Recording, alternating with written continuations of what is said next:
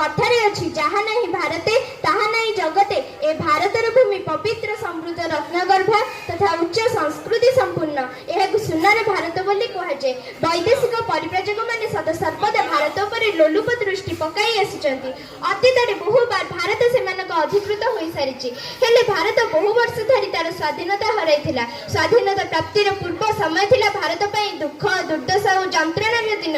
इंग्रजी माने आम देश को वाणिज्य करने को आसी आमको शासन करुथिले। आम देशर विपुल धन संपत्ति द्रव्य लुटि नहीं जाउथिले। जे एहाकु प्रतिरोध करुथिले ताकु लाठी प्रहार जेल दंड फांसी खुंट आदि रे झुलाई दिया जाउथिला। एहा देखि आम देशर वीरपुत्र माने इंग्रजी मानक आगे ठिया होइथिले। प्रकृत आंदोलन 1857 मसीहा सिपाही विद्रोही ठारू आरंभ होइथिला।